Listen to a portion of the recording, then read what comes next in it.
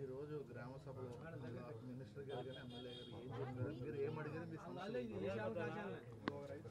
ముందుగా ప్రజాస్వామ్యంలో మొదటి ప్రతిపక్ష పాత్ర వహించవలసింది మీడియా. అటువంటి మీడియా మిత్రులకు నా నమస్కారం తెలియజేసుకుంటూ, నారాయణ గారు పాత విధానం ప్రకారం 250 గజాల కమర్షియల్, 1000 గజాలు నివాసం ఇవ్వడానికి ప్రభుత్వం అంగీకరించిందని చెప్తున్నారండి. రైతులకు అది ఆమోదయోగ్యం కాదు. మన కూటమి ప్రభుత్వంపై పరిపూర్ణమైన విశ్వాసంతో ప్రజలు అధికారాన్ని కట్టబెట్టడం జరిగింది.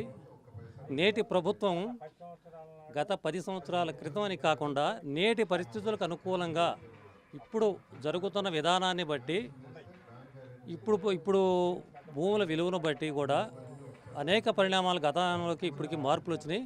ఇప్పుడు రైతాంగం అందరూ కూడా చంద్రబాబు నాయుడు గారి నాయకత్వంలో కూటమి ప్రభుత్వానికి ల్యాండ్ పూలింగ్కి పొలాలు ఇవ్వటానికి అనుకూలమే.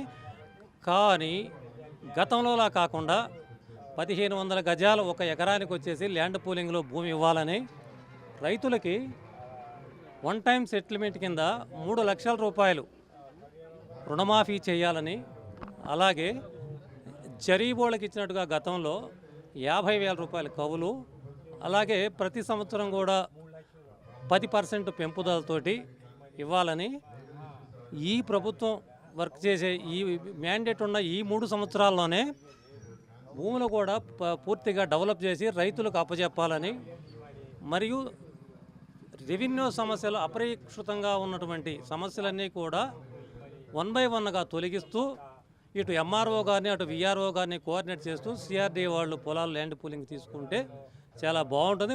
ముందు రైతులు సమస్యలు ఎదుర్కొనకూడదు. ల్యాండ్ పూలింగ్ విధానంతో మరో కొత్త రకాల సమస్యలు రైతులు ఇరుక్కోకూడదండి.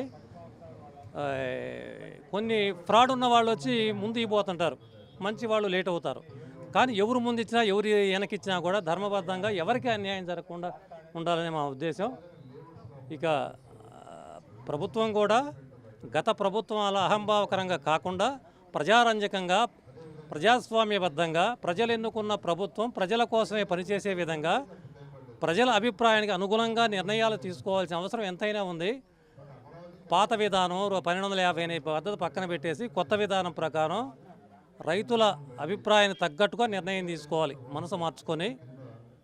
మరి ఈ విషయం మీతో పంచుకోవడం చాలా ఆనందకరంగా ఉంది. ఇదే విషయం సీఎం గారి దృష్టికి పోవాలని, ప్రజలకి రైతాంగానికి ఉన్న అతి పెద్ద సమస్య ఏంటంటే రైతుల వాణి సీఎం గారి దగ్గరికి స్పష్టంగా పరిపూర్ణంగా పోవటం లేదు.